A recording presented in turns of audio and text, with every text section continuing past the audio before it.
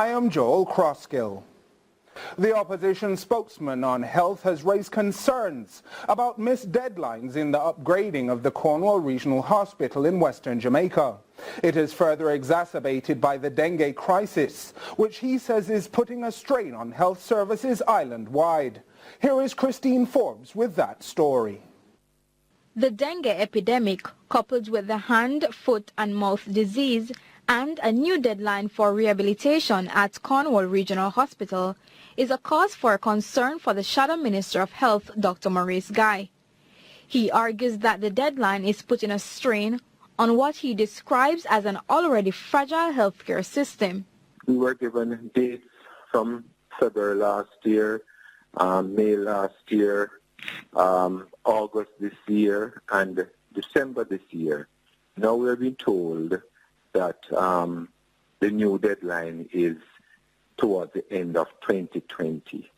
So we are 1 year further to get the facilities of Cornwall Regional up and running. Patients who normally use the Cornwall Regional facility have been using neighboring facilities such as Falmouth Hospital in Trelawney. Guy says this is causing undue burden for staff and citizens in Western Jamaica. Doctors and nurses are under pressure. They are almost approaching the point of being burnt out for the fact they have to operate at Falmouth, then to go back to Cornwall Regional to see patients on the ward and at the clinics. He adds that the situation could have been prevented. Part of the delay is due to the onerous government procurement guidelines, in that it takes a long time to get the contracts out. He says the Ministry of Health and Wellness needs to take charge. He cannot continue to hide behind the curtain of public relations and other people doing the work for him.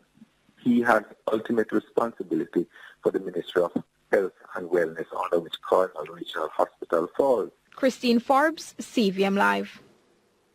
The safety of taxi operators remains a matter of concern for taxi associations across the island. The frequency of these incidents has led to drivers ending work at earlier hours, often leaving passengers stranded with limited options to get home. Khadija Thomas tells us more. Almost a week ago, a taxi operator was held at gunpoint and robbed of cash and his car along the South Borough roundabout in Portmore, St. Catherine. The St. Catherine South Police report that the car has been recovered and the suspect arrested and charged. While this is a breakthrough by law enforcement, taxi operators in Portmore are unimpressed. At least 7 o'clock or so, we try to get off because we don't feel safe on the road, especially the Spanish Town Hellshire Road. You know, whole heap of man get take with sometime. Our route, we know almost everybody will go on that route, you know. So if one come and say, boy, XY, them I go Hellshire, so what Hellshire, if I phone about, when I pay on my car, I know exactly where I go. So it's up to something. Now, for some of these taxi operators, this is their only source of income, with several of their colleagues being robbed by armed men posing as passengers. Many are ready to leave the job. It's not profitable either because of the whole heap of taxi that flood the route recently. And then you have to compete with illegal taxis too. So I wouldn't even say in the back of my mind. It's in the front of my mind right now. Yeah, really don't feel safe in it. President of the Transport Operator Development Sustainable Services, Edgerton Newman, says many operators refuse to work late hours and prefer to carry passengers who they are more familiar with. He believes that taxi operators need to invest in their own security. The taxis, you can have panic buttons, dash cam, just about anything to secure your own self. Invest in those things. The Transport Authority recently speaks to tracking device. That is good. Khadija Thomas, CVM Live. A section of the northbound side of Constant Spring Road in St. Andrew will be closed this evening as the National Works Agency, NWA, continues to work along the corridor. The closure will be in the vicinity of the Ministry of Justice building. Robian Williams has the details in this report. The closure along this corridor will take effect at 9 p.m. and will affect motorists wishing to travel from Eastwood Park Road onto Dunrobin Avenue or Manor Park. Now this follows the closure of the southbound lane just over the weekend. The National Works Agency NWA completed the laying of a new base along the southbound lane, and the old asphalt concrete surface on a section of the road in the Manor Park area was also removed.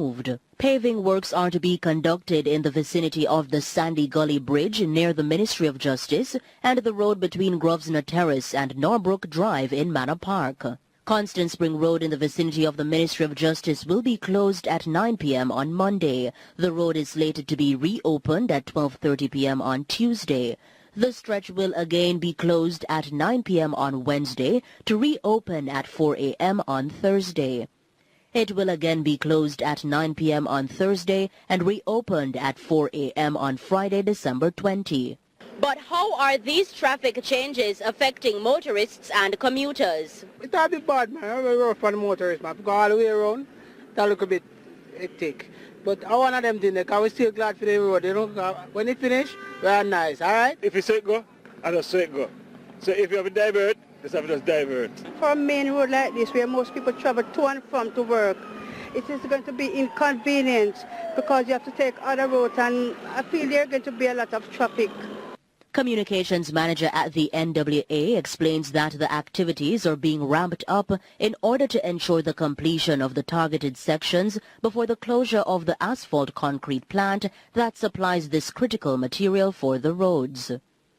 The plant will be closing on Friday to reopen sometime next year. We encourage persons using corridors that are under construction to exercise caution and to ensure that the requisite signs are followed, and or the directions or directives of flag persons who are going to be on ground, that those instructions are obeyed. He is urging motorists to be cautious. Robianne Williams for CVM Live. Questions are being raised about the Office of Utilities Regulation OUR's role in holding telecommunications providers accountable for the ongoing service disruptions. To date, the regulator has met with representatives from both providers, but the issue persists. The latest service disruption lasted for hours, and the OUR is yet to comment on the issue. Khadija Thomas reports.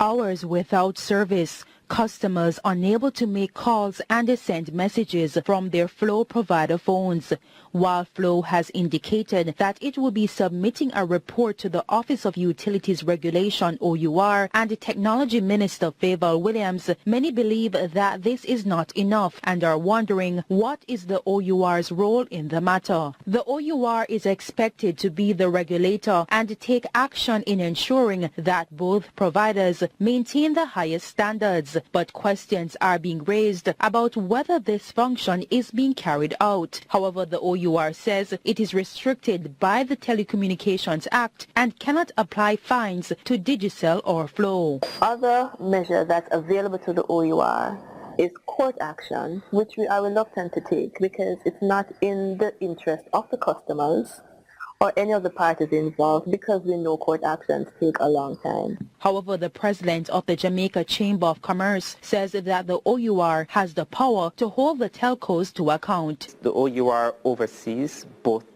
entities and both organizations, and even those organizations are not delivering and have not delivered the service level commitments that they have both signed to, then the OUR has the obligation, in fact, to actually take the steps necessary to bring them to the table and to determine if penalties need to be levied on them. But penalties are one thing. They really just need to fix the networks, so going forward those problems do not recur. The OUR has the ability to demand a better service from both companies with closer monitoring. In fact, it can even go as far as demanding the telcos invest in their aging infrastructure. Khadija Thomas, CVM Live. A recent report by the United States Customs and Enforcement has revealed that Jamaica has the most deportees in CARICOM for 2019.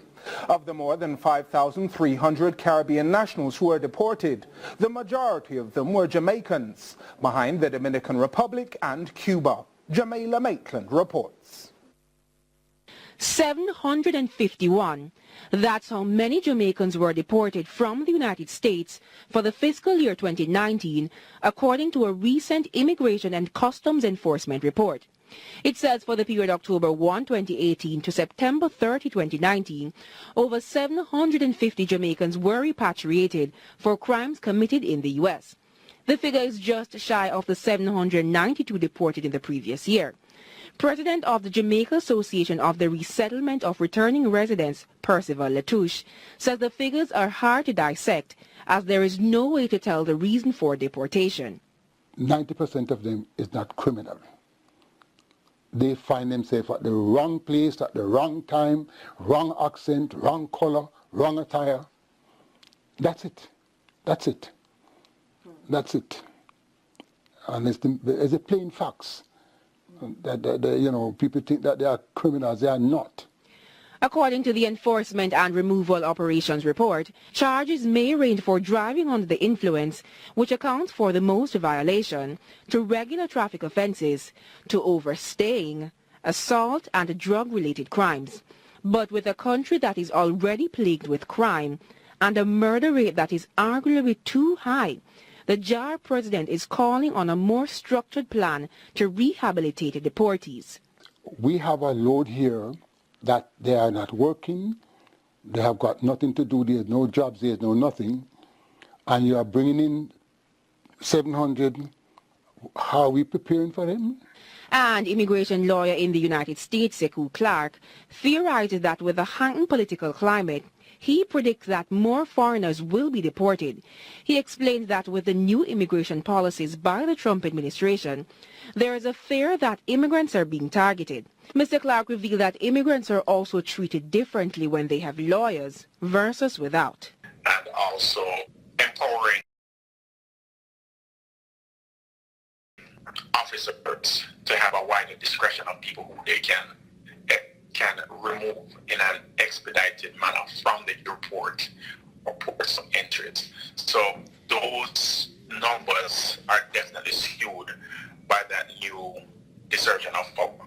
Jamaica Maitland for CVM Live.